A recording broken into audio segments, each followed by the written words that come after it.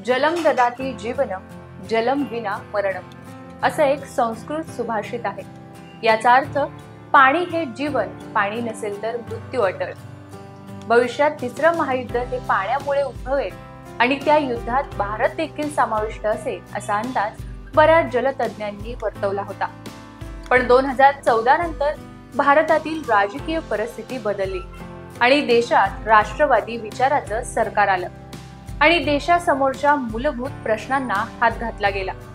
पंतप्रधान नरेंद्र मोदी यांनी अतिशय बारीक नियोजन करत भारताला जवळपास भविष्यात येणाऱ्या पाणीबाणीतून मुक्त केले। भारताची जलसुरक्षा त्यांनी सुरक्षित करून ठेवली आहे।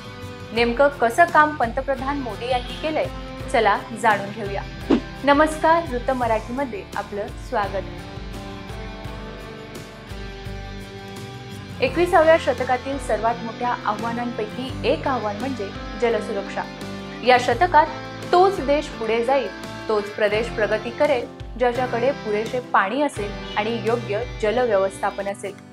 पाणी असेल तरच शेतकरी, शेतजमीन आणि उद्योगधंदे भरभराटीला येतील, तरच तो देश उन्नत होईल। हीच बाब डोळ्यासमोर ठेवून पंतप्रधान मोदी हे काम करत आहेत। गेल्या अर्थसंकल्पात भरीव निधी हा बऱ्याच नदीजोड प्रकल्पांना दिला गेला आहे। त्यापैकी केन बेतवा लिंक प्रकल्पामुळे बुंदेलखंड क्षेत्रातील छतरपूर, टिकमगड, निवाडी, पन्ना, दामोह आणि सागरसह मध्य प्रदेशच्या 10 जिल्ह्यांना सिंचन सुविधेचा लाभ मिळणार आहे। उत्तर प्रदेशमधील बांदा, महोबा, ललितपूर आणि झाशी या जिल्ह्यांनाही याचा फायदा होणार आहे। मोदी सरकारच्या 10 वर्षांच्या काळात सुमारे 1 कोटी हेक्टर जमीन म्हणजे 3 बेल्जियमच्या क्षेत्रफळापेक्षा जास्त जमीन ही मायक्रो इरिगेशन सुविधेशी जोडली गेली आहे।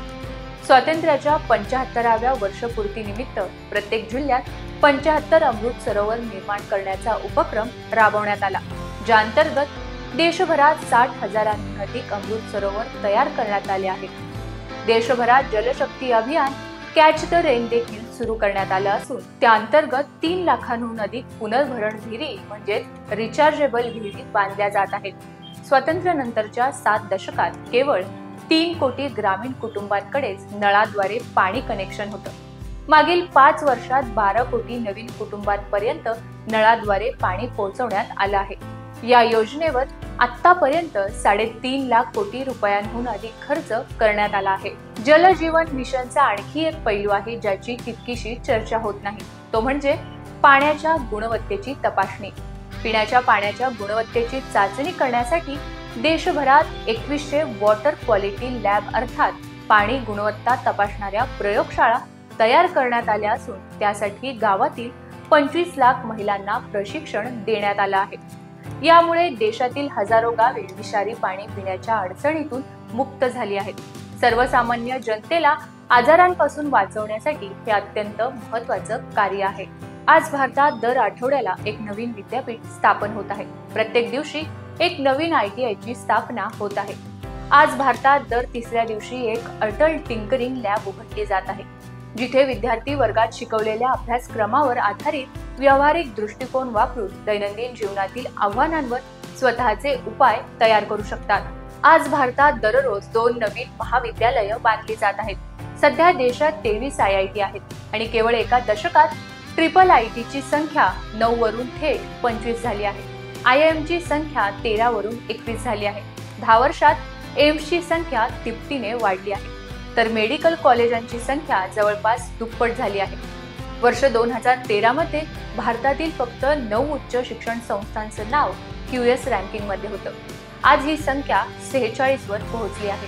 पंतप्रधान मोदी यांनी त्यावेळी म्हटलं होतं की केवळ बोलून किंवा घोषणा देऊन भारत विकसित होणार नाही। जेव्हा आपल्या प्रत्येक निर्णयाचा निकष हा भारत कसा विकसित होऊ शकेल हा एकच असेल, त्याच वेळी आपलं राष्ट्र विकसित होईल। विकसित भारत म्हणजे आर्थिक, सामरिक, सामाजिक आणि सांस्कृतिक दृष्ट्या सशक्त असलेला देश, जिथे अर्थव्यवस्था मजबूत असेल आणि पर्यावरणही समृद्ध असेल, जिथे चांगल्या शिक्षणाच्या आणि चांगल्या उपजीविकेच्या अधिकाधिक संधी असतील, जिथे जगातील सर्वात मोठी कौशल्यपूर्ण तरुण कार्यशक्ती असेल।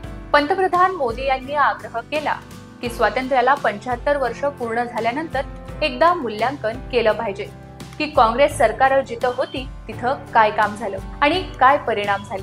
जिथे डाव्यांनी कम्युनिस्टांनी सरकार चालवलं तिथं काय झालं?